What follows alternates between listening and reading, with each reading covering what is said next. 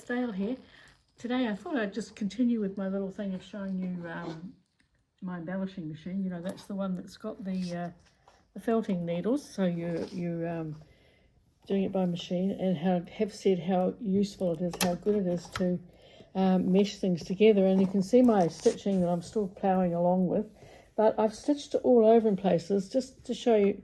You know, all the time I go on about pushing things through from the back to create texture, in which you can't do anything else. You can't get the results that you want any other way. But have a look at my stitching. It's just here, and I'm just going to mesh it in a little bit just to help it blend into the background so it doesn't look like it's flopped on the top.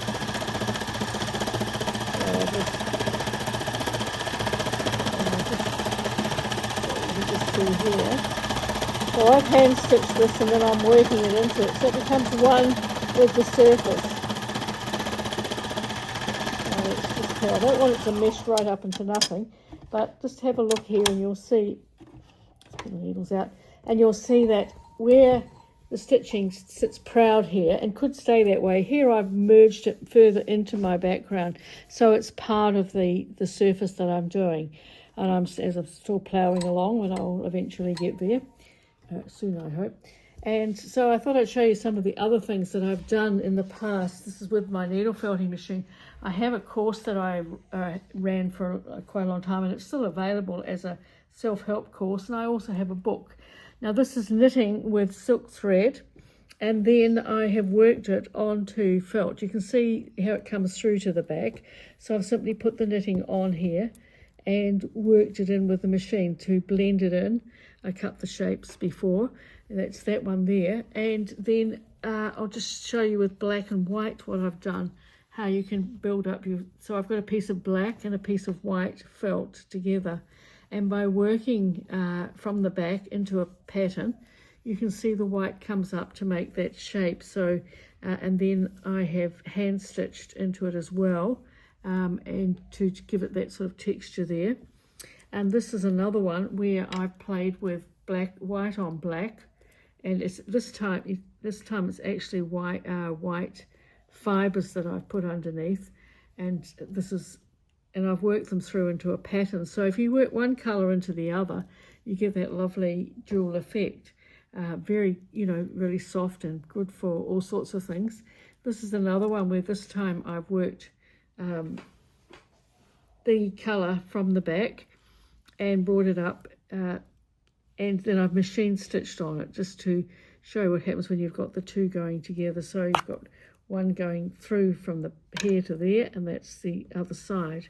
And again, I've worked here with a lot of playing with colour, and I've worked the white into that back from the back here. And then when I've got to the top, this is what you can see you get with the two colours. Black and white's a good way to try things, but of course any other colours that you're working with work really well. So you've got those wonderful patterns. Now, unless you did hand needle felting, there's no other way you can really get this sort of effect easily.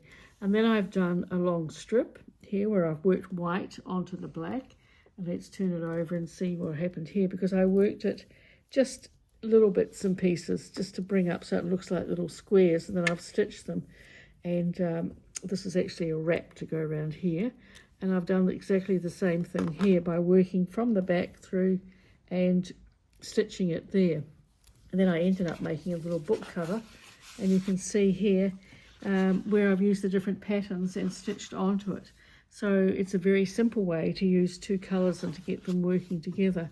So there's heaps of things that I've done over the years with what I've done. This is a very, very early one, and it's a house.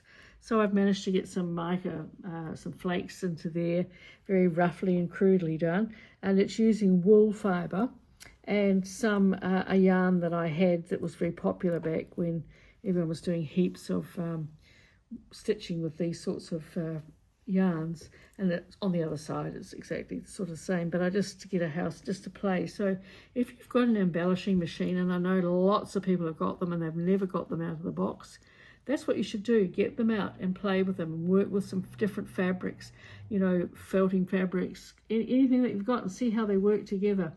And if you haven't done anything, well, you can always sign up for it's a self-working embellished stitch and rich it's called, and it's been pretty popular over the years. So that's that one. This is another little purse that it's a little purse holder where I've used scrim on the top this time. Usually I use scrim underneath, as you know, but I put it on the top, and I've cut up other bits and put them down just to play with colour and to see what happens. And this is one of my little specials.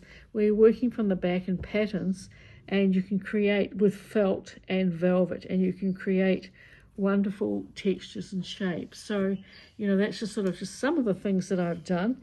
And I know people are always asking me, when I first got my machine, there was nothing out there that suggested what you might do, which is why I wrote a book and why I ran a course once I started to play with it. So if that's giving you some ideas, well, go for it. We'll see you again another time. Bye.